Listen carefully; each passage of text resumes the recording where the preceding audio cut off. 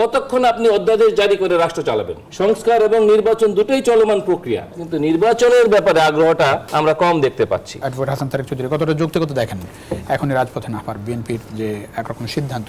আন্দোলনটি হয়েছিল একটা বৈষম্য বিরোধী স্পিরিটের জায়গা থেকে। তো এখন অবস্থা দৃষ্টে মনে হচ্ছে যে আন্দোলনের যারা অংশীদার ছিলেন তার একটা বড় অংশ ছিল রাজনৈতিক দলগুলা। এখন সেই রাজনৈতিক দলগুলোর প্রতি বৈষম্য করা হচ্ছে এবং অন্তর্বর্তীকালীন সরকারের সকল বিষয়ে আগ্রহ দেখা যায়, অনেক আগ্রহ দেখা যায়, কিন্তু নির্বাচনের ব্যাপারে আগ্রহটা আমরা কম দেখতে পাচ্ছি। এবং যে সমস্ত রাজনৈতিক দল যথাসম্ভব দ্রুত নির্বাচন চায় তাদের প্রতি এক ধরনের বৈষম্যমূলক দৃষ্টিভঙ্গি দেখা যাচ্ছে। এবং কেউ কিন্তু বলছি না, আমরা কমিউনিস্ট পার্টি বলেন বা বিএনপি বলেন, কেউ কিন্তু বলছে না যে সংস্কার বন্ধ রেখে নির্বাচন। সংস্কার এবং নির্বাচন দুটোই চলমান প্রক্রিয়া এবং যেহেতু এই অন্তর্বর্তীকালীন সরকার এই সংবিধানের অধীনেই শপথ নিয়েছে, এই সংবিধানের মিনিমাম কিছু জায়গায়, অন্তত আর্টিকেল 123 যেখানে ইলেকশনের কথা বলা হয়েছে, এই জায়গার প্রতি তো মিনিমাম রেসপেক্ট থাকা দরকার। কিন্তু সেটা না করে আমরা যেটা দেখতে পাচ্ছি একটা প্রলম্বিত করার, অর্থাৎ নির্বাচনকে দীর্ঘায়িত করার এক ধরনের প্রবণতা সামগ্রিক আচরণের মধ্য দিয়ে লক্ষ্য করা যাচ্ছে, যেটা দেশের ভবিষ্যতের জন্য কখনোই শুভফল বয়ে আসবে না। মানে কি কারণে মনে হচ্ছে যে নির্বাচন প্রলম্বিত হবে,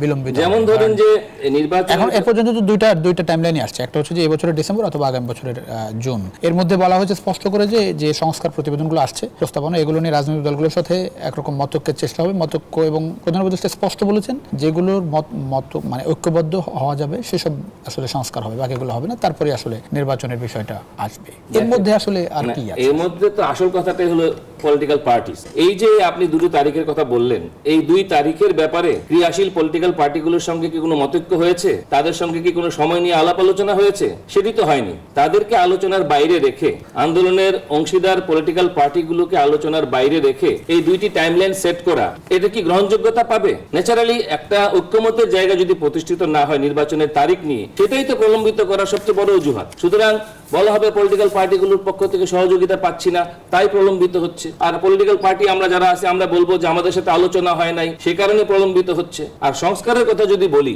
এই সংস্কার তো একদিনে শেষ হবে না, কারণ দীর্ঘ দিনের যে ফ্যাসিবাদী প্রবণতার শাসন ব্যবস্থার যে জঞ্জাল, এটা ওভারনাইট বদল হওয়া সম্ভব না। এটাই হলো পলিটিক্যাল সায়েন্স। এটা একটা গ্র্যাজুয়ালি একটা প্র্যাকটিসের মধ্য দিয়ে আস্তে আস্তে আস্তে আস্তে সেই জায়গাগুলো দূরীভূত হবে। এবং সবচেয়ে বড় বিষয় হলো একটা গভর্নমেন্টের একটা লিগ্যাল এখতিয়ারের জায়গা থেকে কতক্ষণ আপনি অধ্যাদেশ জারি করে রাষ্ট্র চালাবেন। এই যে অধ্যাদেশ জারি করে আপনি ভ্যাট বাড়িয়ে দিলেন, দ্রব্যমূল্য বাড়িয়ে দিলেন, এই এখতিয়ার তো অন্তর্বর্তীকালীন সরকারের কতটা আছে? হয়তো আইন দেখানো যাবে, নিয়ে অনেক বিতর্ক যাবে, হয়তো সুপ্রিম কোর্টে নিয়ে মামলাও চলতে পারে। কিন্তু বিষয়টা হলো একটা আইনের ভাষায়, সাংবিধানিক আইনের ভাষায় বা সাংবিধানিক রাজনীতির ভাষায় একটা প্রচলিত রীতিনীতি বলে একটা কথা আছে। সেই রীতিনীতির যেটুকু গণতান্ত্রিক সেটুকু তো আমাদেরকে গ্রহণ করতে হবে। হাসান তারেক চৌধুরী, যেটা হচ্ছে যে আপনি শুরুর দিকে একটি লাইন বলেছেন, সেটা হচ্ছে যে রাজনৈতিক দলগুলো অংশীজন যারা আন্দোলনে ছিল তাদের সাথে একরকম বৈষম্যমূলক আচরণ করা হচ্ছে। সরকার তাহলে চলছে কাদের নিয়ে? সরকার কাদেরকে নিয়ে চলছে এই প্রশ্ন তো রাজনৈতিক দলগুলো ইতিমধ্যেই করেছে। যে রাজনৈতিক দলের পক্ষ থেকেই প্রশ্ন করা হচ্ছে যে আমরা যারা আন্দোলনে ছিলাম,